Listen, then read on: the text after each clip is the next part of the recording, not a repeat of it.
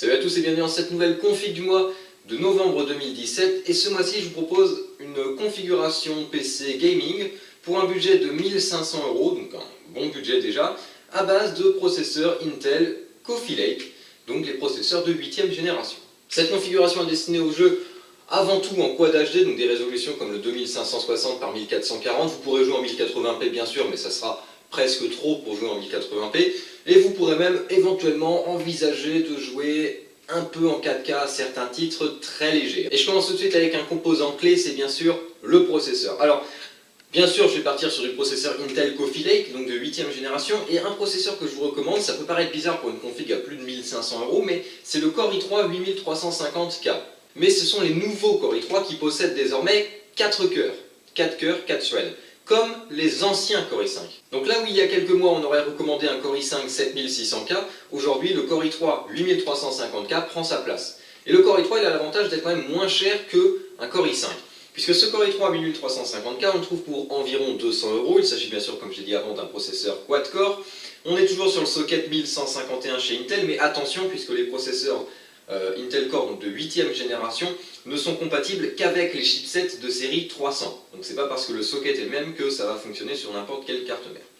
Sinon on retrouve une fréquence de 4 GHz sans turbo, les Core i3 ne sont toujours pas dotés du turbo, mais bien sûr il s'agit d'un processeur overclockable, donc vous pourrez aisément, et c'est ce que je vous conseille de faire, vous pourrez le pousser à 4,5, 4,8, voire 5 GHz avec une bonne carte mère et un bon refroidissement. Le TDP annoncé reste de 91 watts, on retrouve les 8 mégaoctets cache L3. Bien sûr, on trouve une partie graphique qui est une Intel UHD graphique 630 à 350 MHz avec 1150 MHz en boost. Mais bien sûr, pour un PC gaming, on ne va pas l'exploiter. Et c'est à peu près tout pour ce Core i3 8350K. L'avantage du Core i3 8350K, c'est que maintenant, comme les Core i3 ont 4 cœurs, ils viennent prendre la place des Core i5 en termes de puissance. Là où on avait les Core i5, aujourd'hui on a les Core i3. Ici on est sur un processeur overclockable, donc vous pourrez facilement pousser. Et l'architecture Intel étant très réactive, même des processeurs avec seulement 4 cœurs, ce qui peut paraître peu par rapport à ce que fait AMD, même des processeurs comme ça vont s'en tirer mieux en jeu que des Ryzen 1600 par exemple, puisque le Ryzen 1600 en jeu, le défaut qu'il va avoir c'est une fréquence un peu plus basse. Ce processeur il a une fréquence plus élevée avec seulement 4 cœurs, mais une fréquence plus élevée, ça en fait un processeur qui est beaucoup plus réactif. Mais pour du jeu vidéo, pour du gaming en général, le Core i3 va être plus rapide qu'un Ryzen 5 1500X ou 1600 par exemple. Bien sûr il nous faut une carte mère pour aller avec le processeur, alors le choix de carte mère est assez large, on a quand même quelques conditions. Il nous faut une carte mère avec un chipset de série 300, puisque le processeur ne peut aller qu'avec les cartes mères avec les chipsets Intel de série 300. De préférence, il nous faut quand même un chipset Z370. Pourquoi Z370 ? Parce que le Z370 est le seul à autoriser l'overclocking sur cette plateforme chez Intel. Et donc notre processeur étant un processeur overclockable, il faut quand même en profiter. Donc on va partir sur une carte mère en Z370. Alors on compte beaucoup de références, je vous recommande une carte mère entre 150 et 170 €. Entre 150 et 170 €, on trouve plusieurs références très intéressantes de cartes mères qui sont déjà très bien équipées. On trouve des références notamment chez MSI, chez ASRock et chez Gigabyte. Asus est un peu moins présent sur ce segment-là pour le moment. Et une carte mère que je vous recommande en particulier, c'est la MSI Z370 Tomahawk. La carte mère est bien sûr équipée d'un chipset Z370, comme le nom l'indique. On est bien sûr sur du socket 1151 pour pouvoir y mettre le processeur. La carte mère dispose de 4 slots pour la RAM jusqu'à la DDR4, donc 3800 MHz maximum, donc autant dire qu'on a de la marge. On retrouve bien sûr 3 ports PCI Express 3.0 16X, 3 ports PCI Express 3.0 1X, chipset son 8 canaux Realtek ALC 882, on a bien sûr du réseau en gigabit Ethernet, et on retrouve 2 ports M2 câblés en PCI Express 3.0 4X plus SATA 6 gigabits seconde, ainsi que 6 ports SATA classiques. Donc niveau stockage, on a ce qu'il faut. On retrouve bien sûr toutes les connexions USB 2.0, 3.0, 3.1 classiques. Et la carte mère est équipée d'un éclairage LED pour faire plaisir à tous ceux qui sont adeptes du RGB. Voilà, pour 150 €, c'est une très bonne carte mère et elle conviendra certainement à la plupart des gens. Seule petite chose que cette carte mère n'a pas, je crois, c'est la fonctionnalité SLI qui, je crois, n'est pas activée sur ce genre de carte mère. C'est pas sûr de ce que je dis, mais disons que sur certaines cartes mères entrée de gamme, même avec le chipset Z370, le SLI n'est pas forcément activé. Bien sûr avec ça il nous faut de la RAM et encore une fois je vais vous dire que la RAM est hyper chère et encore une fois je vous dis que c'est pas prêt de baisser malheureusement. Alors pour un PC gaming, si on veut envisager du Quad HD, être tranquille à l'avenir etc, il faut partir sur 16 Go de RAM. Malheureusement, les prix sont assez impressionnants, puisque 16 Go de RAM en 2 fois 8 Go, 2 barrettes de 8 Go, DDR4 bien sûr, 3000 MHz pour être tranquille, ça vous coûtera quasiment 250 euros. Quasiment 250 euros pour 2 fois 8 Go de RAM, c'est juste énorme.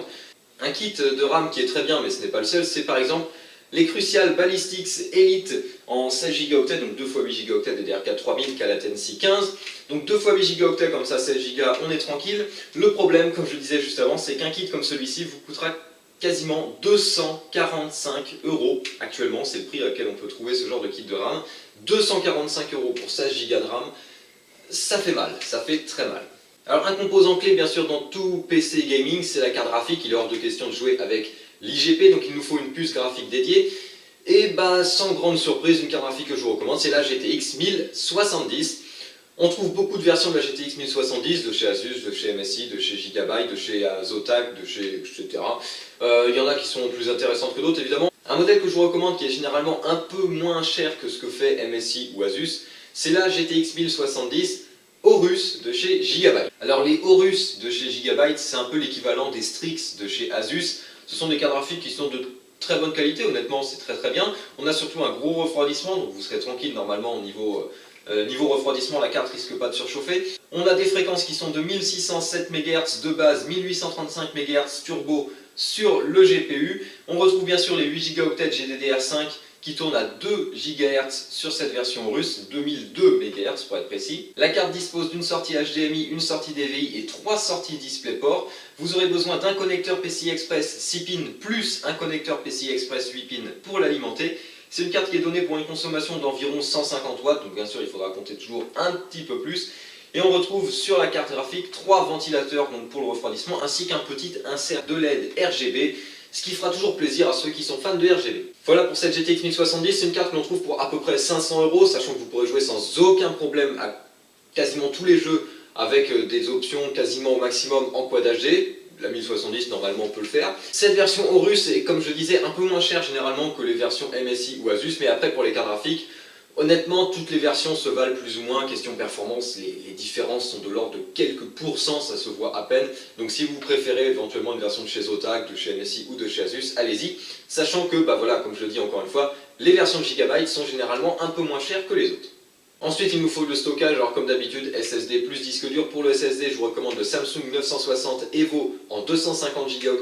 Donc le Samsung 960 EVO qui est un SSD au format M2 mais qui plus est en PCI Express et compatible avec le NVMe Express. C'est un SSD qui offre des débits absolument énormes, comme par exemple 3200 MHz en lecture, 1500 MHz en écriture. Honnêtement, c'est pas mal du tout. Le SSD est bien sûr en PCI Express, comme j'ai dit juste avant, mais PCI Express 3.0 4X, c'est pour ça qu'il peut offrir des débits si élevés. Et je rappelle que notre carte mère dispose de 2 ports M2 PCI Express 3.0 4X, donc aucun problème pour y caser ce SSD. Les Samsung 960 EVO qui, selon moi, ne sont pas si chers que ça, en vue des performances et du fait que ce sont des SSD en format M2 PCI Express, on le trouve pour à peu près 140 € les 250 Go. Honnêtement, c'est pas si cher que ça. Bien sûr, ensuite, il nous faut un disque dur. Alors, disque dur, bah...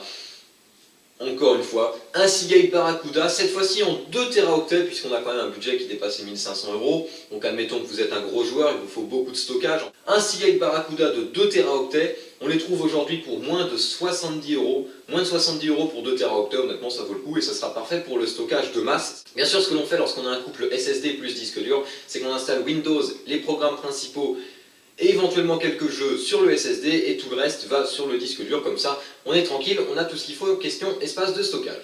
Ensuite il nous faut bien sûr un boîtier. Alors pour le boîtier, je le dis encore, ça dépend surtout de ce que vous aimez comme style de boîtier ou pas. Il y a des styles de boîtier qui sont très spéciaux et qui vont plaire seulement à certaines personnes, il y en a d'autres qui sont un peu plus sobres et qui vont plaire à plus de monde, ou etc. Bon là ça dépend beaucoup de vous. En tout cas ce que je conseille c'est de prendre un boîtier qui se trouve dans les 80 € environ. On a déjà des bonnes références, comme par exemple le NZXT Source 340. Il est conçu pour accueillir les cartes mères au format ATX, Micro ATX et Mini ITX, donc jusque là assez classique. On retrouve 3 emplacements pour disque dur 3,5 pouces et 2 emplacements pour disque dur 2,5 pouces, ou SSD éventuellement au format 2,5 pouces. On a également des emplacements pour ventilateur avec un 120 mm à l'arrière, 220 ou 240 à l'avant et un 120 ou un 140 sur le dessus. Le boîtier dispose d'une large fenêtre latérale pour admirer votre carte mère, votre carte graphique, etc. Et on retrouve également un cache sur l'alimentation en bas pour masquer l'alimentation et tous les fils qui en ressortent. C'est un boîtier que l'on trouve pour environ 80 €. Personnellement, je vous le recommande, il est assez sympa, assez sobre, il s'intégrera bien. D'ailleurs, il a été récompensé par la presse plusieurs fois sur plusieurs sites différents.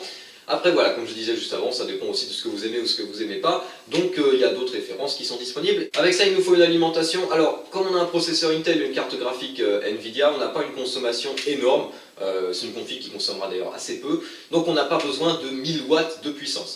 Honnêtement, une alimentation dans les 500-600 watts est suffisante. Et donc une que je vous recommande, c'est la Corsair TX 550M. C'est une alimentation de 550 watts, certifiée 80+ Gold, qui dispose de câbles semi-modulaires, avec notamment deux connecteurs PCI Express 6+2 qui seront utilisés par la GTX 1070. L'alimentation dispose bien sûr d'un ventilateur de 120 mm pour le refroidissement, qui sera normalement assez silencieux. C'est un bon bloc d'alimentation qu'on trouve pour environ 90 €, pas si cher que ça, 550 watts, 80+ Gold quand même. Ça fera très bien le boulot.